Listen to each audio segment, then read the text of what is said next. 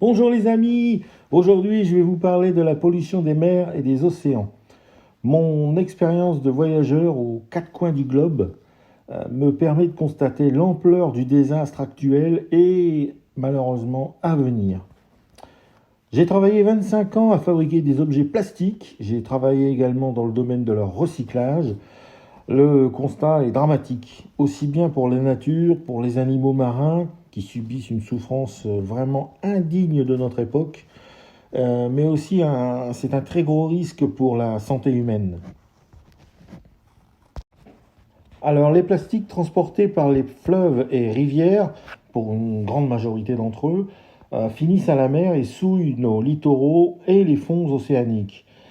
Ce n'est pas ce n'est pas la seule pollution visible, mais il représente une part énorme des déchets, donc effectivement carton rouge au plastique. On constate facilement sur les photos que les objets à usage unique sont majoritaires. Les bouteilles, les bouchons, les bidons, les gobelets, des sacs, des emballages, des briquets, des couverts, des pailles, des cotons-tiges. Et puis il y a également un grand nombre de cordages et de restes de filets de pêche. C'est le même constat sur toute la planète, en fait. Il y a des déchets plastiques vraiment partout. Alors je vais tenter de vous décortiquer tout ça pour vous éclairer sur les différentes menaces que représentent ces déchets pour notre santé, sachant qu'il existe quelques solutions qui pourraient aider à revenir à l'équilibre des océans. Alors, numéro 1, le risque chimique.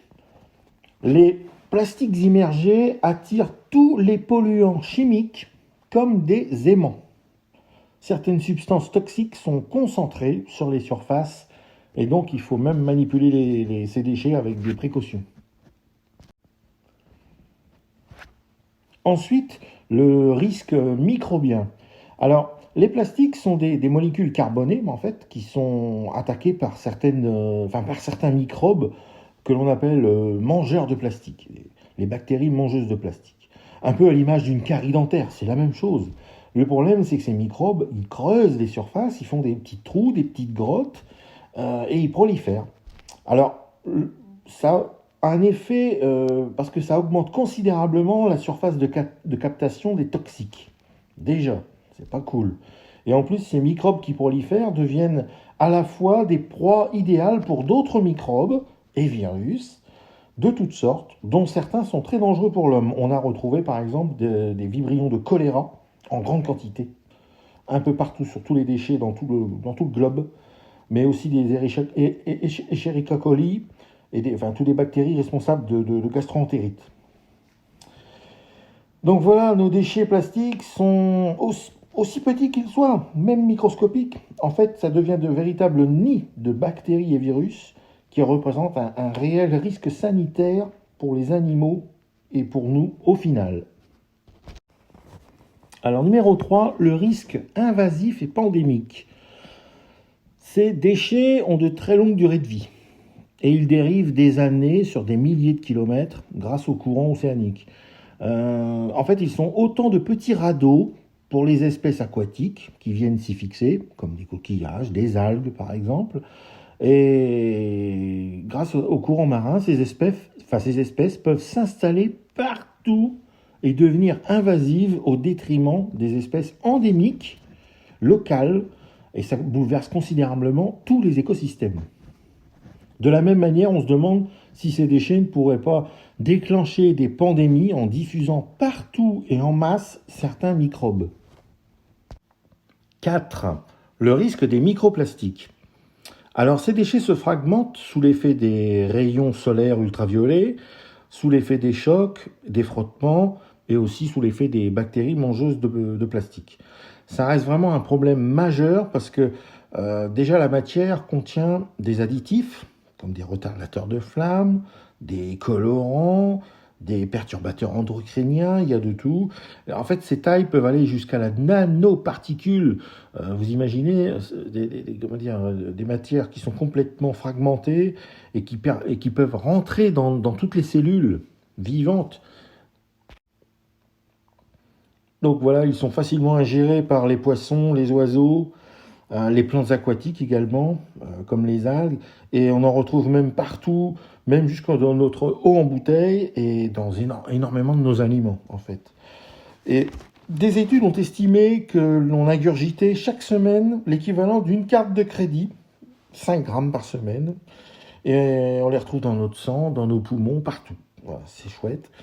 Bref, en fait, c'est toute la chaîne alimentaire qui est touchée et ça agit comme un phénomène de concentration, c'est-à-dire que euh, on concentre les particules toxiques du plus petit animal qui se nourrit et qui en consomme jusqu'au plus gros poisson qui finit par atterrir dans notre assiette.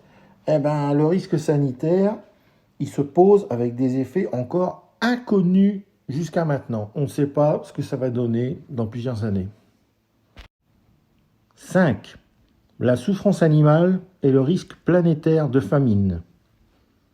Alors, les déchets plastiques sont ingérés par toutes les espèces animales. Certains ils se bloquent complètement, littéralement, le système digestif et ils dépérissent, tombent malades et meurent. C'est une mort très lente et abominable. Les restes, souvent, de leurs cadavres nous montrent l'étendue du désastre. Des restes de filets de pêche également, ou même des cordages, sont autant de pièges mortels pour tous ces animaux. En fait, tous les animaux qui s'échouent sur nos plages et nos littoraux montrent toujours les mêmes signes d'intoxication par les plastiques.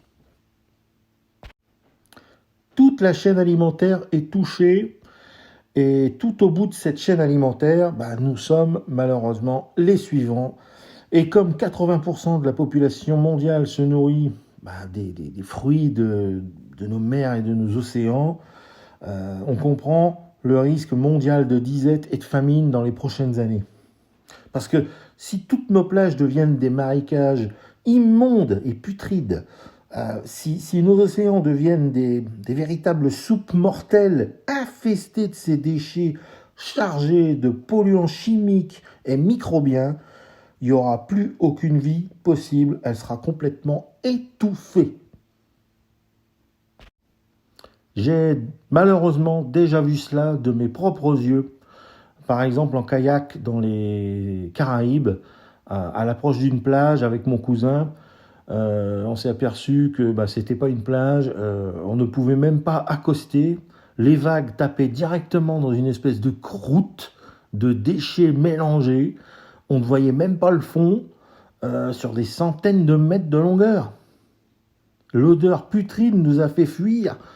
On est resté médusé par ce triste spectacle à seulement 2 kilomètres de notre hôtel paradisiaque.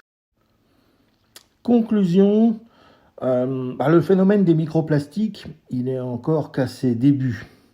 On ne connaît pas ce que ça peut donner dans un futur proche ou lointain. Cette pollution, en plus, elle continue de s'accumuler. C'est-à-dire qu'on voit bien que la lutte anti-déchets n'est que balbutiante.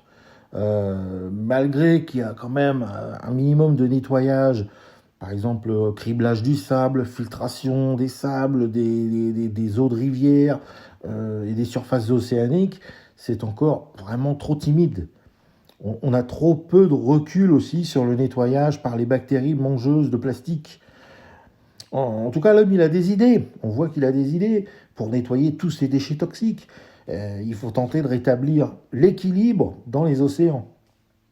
L'enjeu, il est de taille, c'est clair. Le travail, il est titanesque. Il faut des décisions courageuses et une concertation des gouvernements à l'échelle mondiale. Alors, une concertation mondiale, déjà pour ne surtout pas laisser de côté les pays en voie de développement. Par exemple, une décision à l'échelle mondiale pour forcer, il n'y a pas d'autre mot, il faut forcer les lobbies du plastique à créer des objets à usage unique dans des matériaux, naturels ou vraiment recyclables à l'infini et que l'on peut collecter facilement et durablement. Voilà. Et puis il faut nettoyer, voilà. Donc il va falloir créer des flottilles complètes de bateaux, de drones, de robots pour filtrer, ramasser, nettoyer tout ça.